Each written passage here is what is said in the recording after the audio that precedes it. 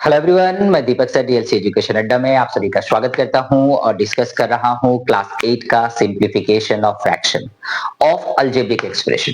Algebraic expression में जो simplification होते हैं, जिसे रिड्यूस करना होता है, केवल उसे लोएस्ट टर्म में इसे लिखना होता है, तो आप क्या करेंगे? सिंप्लीफिकेशन ऑफ फ्रैक्शन, या आपके एग्जाम में लिखा हो कि आप इसे लोएस्ट टर्म में कन्वर्ट करें, तो लोएस्ट टर्म में कन्वर्ट करने के लिए आपको इस टाइप का प्रॉब्लम दिया होगा।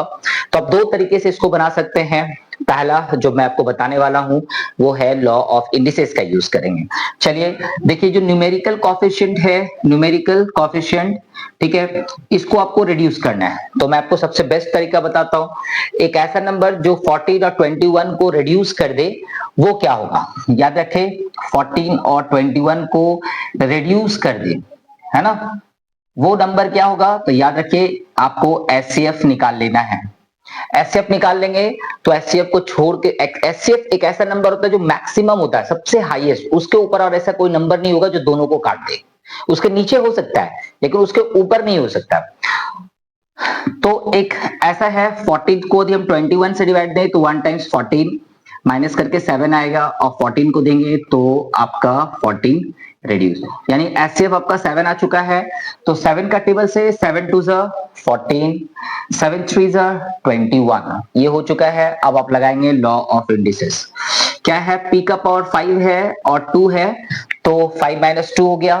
क्यू का पावर 10 है, माइनस में 8, तो 2/3, पी का पावर 3 और क्यू का पावर 2। तो ये हो गया आपका आंसर। क्या यहां पे जो मैंने फॉलो किया वो मैंने किया था लॉ ऑफ इंडिसेस। यदि आपके दिमाग में ये चल रहा है तो फटाफट आप इसको सॉल्व कर लेंगे। लॉ ऑफ इंडिसेस में a का power m divided by a का power n is equal to a का पावर m माइनस n, ये फॉर्मूला मैंने यूज किया। अभी मैं इसको बनाने वाला हूं फैक्टर से। फैक्टर करके मैं बना सकता हूं उसको। कैसे बना सकता हूं? देखिए, 14 पी का पावर 5 क्यू का power 10 whole divided by 21 P का पावर 2 क्यू का पावर 8। तो 14 का यदि मैं फैक्टर निकालूं तो क्या होगा? 2 से 7 और 7 से देंगे तो 1, यानी 2 इंटू 7 इंटू 1।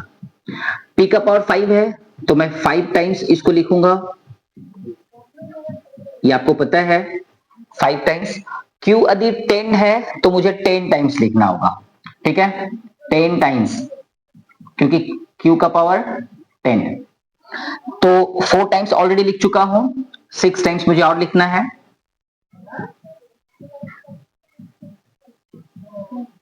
यहां पे होल डिवाइडेड बाय 21 का भी आपको लिखना है, 21, तो आप लिखेंगे 3 इंटू 7 इंटू 1। पी का पावर 2 है तो आप 2 टाइम्स लिखेंगे। क्यू का पावर 8 है तो आप 8 टाइम्स आप लिख के दिखा सकते हैं।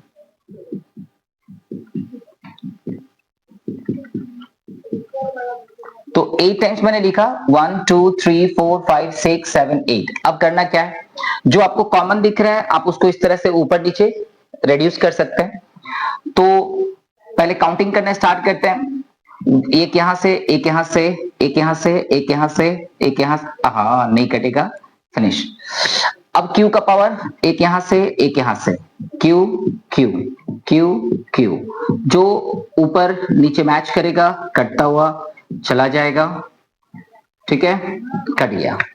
अब क्या बच रहा है? ऊपर में 2 बच रहे हैं, पी का पावर 2 क्योंकि 2 बचा हुआ है, क्यू का पावर 2 तो 2 बचा हुआ है। नीचे को ध्यान से देखें तो नीचे में आपका 3 बचा हुआ है और कुछ नहीं बचा हुआ, ठीक है। तो यही आपका क्या हो जाएगा? आंसर।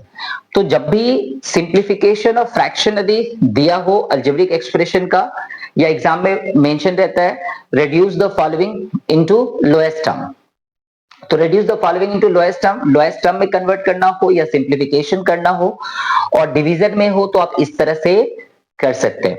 क्लास 8 में पूरा एक चैप्टर ही है जहां पे इस तरह से ही आपको पूरा का पूरा चैप्टर रिड्यूस करना पड़ता है। तो सिंप्लीफिकेशन के ये मोनोमियल टर्म थे, डिवीजन में आप देख रहे हैं मोनोमियल टर्म थे। तो मैंने 2 प्रॉब्लम अभी सॉल्व किया है, ये हमारा पार्ट 2 था जहां पे मैंने 2 प्रॉब्लम आपको सॉल्व करके दिखाया। बाकी सारे प्रॉब्लम आप इसी तरह से सॉल्व कर सकते हैं। तो यदि ये छोटा सा डिस्कशन यदि आपको ये अच्छा लगा तो प्लीज लाइक एंड शेयर कर दीजिए अपने दोस्तों में। मिलते हैं नए वीडियो में एक और डिस्कशन के साथ में। Thank you, bye bye.